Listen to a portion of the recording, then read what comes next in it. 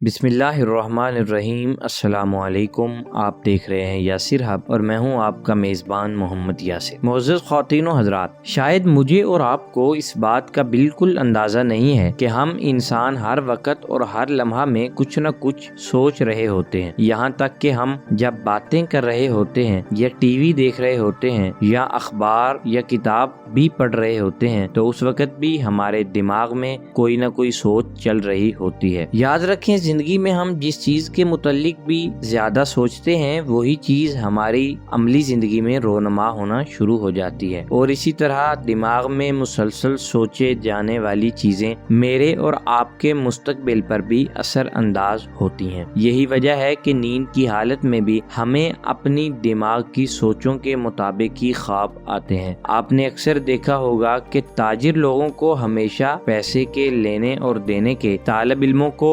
इम्तिहान और नताइज के, और भूखे पेट सोने वाले को हमेशा खाना खाने के ख्वाब आते हैं। दोस्तों, जब भी कोई सोच हमारे दिमाग पर इस तरह हावी हो जाए कि उसके अलावा हमें दूसरी चीज का ख्याल ही न रहे तो ऐसी सोच को इंग्लिश में माइंड प्रोग्रामिंग और उर्दू में हावी सोच कहते हैं। और यही वो एक हथियार है जिसे आज से एक सदी कबल काफिरों ने मुसलमानों के खिलाफ इस्तेमाल करना शुरू किया था और आज करोड़ों मुसलमान उससे मुतासिर होकर अपनी तहजीब, तमद्दुन और सकाफत से हाथ धो बैठे हैं। जी हाँ दोस्तों, आज से 30 साल कबल के हालात हमारे सामने हैं कि मुसलमान पूरी दुनिया में अपनी एक अलग सकाफत, लिबास, तहजीब और चेहरे के ज़ाहिरी खद्दोखाल और अलामात से पहचाने जाते थे। और फिर जब माइंड प्रोग्रामिंग के जरिए मुसलमानों की हर चीज तब्दील कर दी गई तो उसमें सबसे पहले ये दिखाया गया कि हर दहशतगर्द जो मीडिया पर आता है उसके चेहरे पर दाढ़ी होती है। लिहाजा आज के मुसलमानों पर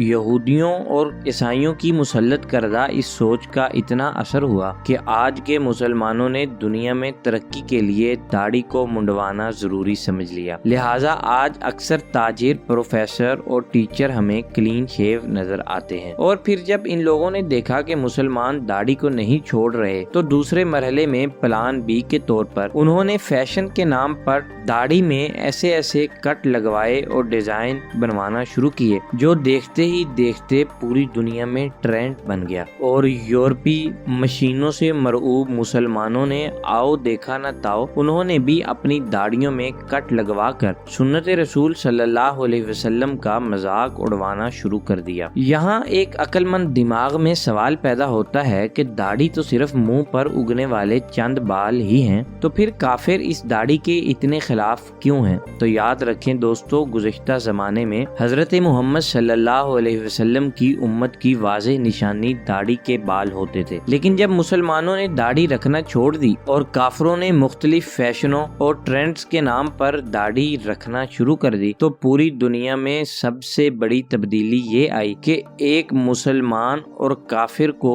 उसकी शक्ल और लिबास से पहचानना मुश्किल हो गया। और यही वो एक साजिश थी जो वो काफिर चाहते थे कि पूरी दुनिया में अलग दिखने वाली कौम हम में खड़ी होकर हमारे जैसे ही महसूस हो। दोस्तों, मर्द के चेहरे पर दाढ़ी के बहुत सारे फायदे हैं। मर्द के चेहरे का हुस्न दाढ़ी है और दाढ़ी हुजूर सल्लल्लाहु अलैहि वसल्लम की सुन्नत भी है। और साइंसदानों के मुताबिक दाढ़ी वाले मर्द मर्दाना कमजोरी का शिकार भी नहीं होते। और एक जदीद तहकीक में बताया गया है कि दाढ़ी रखने से इंसान मुंह के कैंसर जैसी मूजी बीमारियों से महफूज रहता है। तो आइए हम भी अपने प्यारे पैगंबर हजरत मोहम्मद सल्लल्लाहु अलैहि वसल्लम की सुन्नत मुबारका की तकमील के लिए दाढ़ी खुद भी रखें और अपने मुआशरे में भी इस सुन्नत के अहया की तबलीग करें।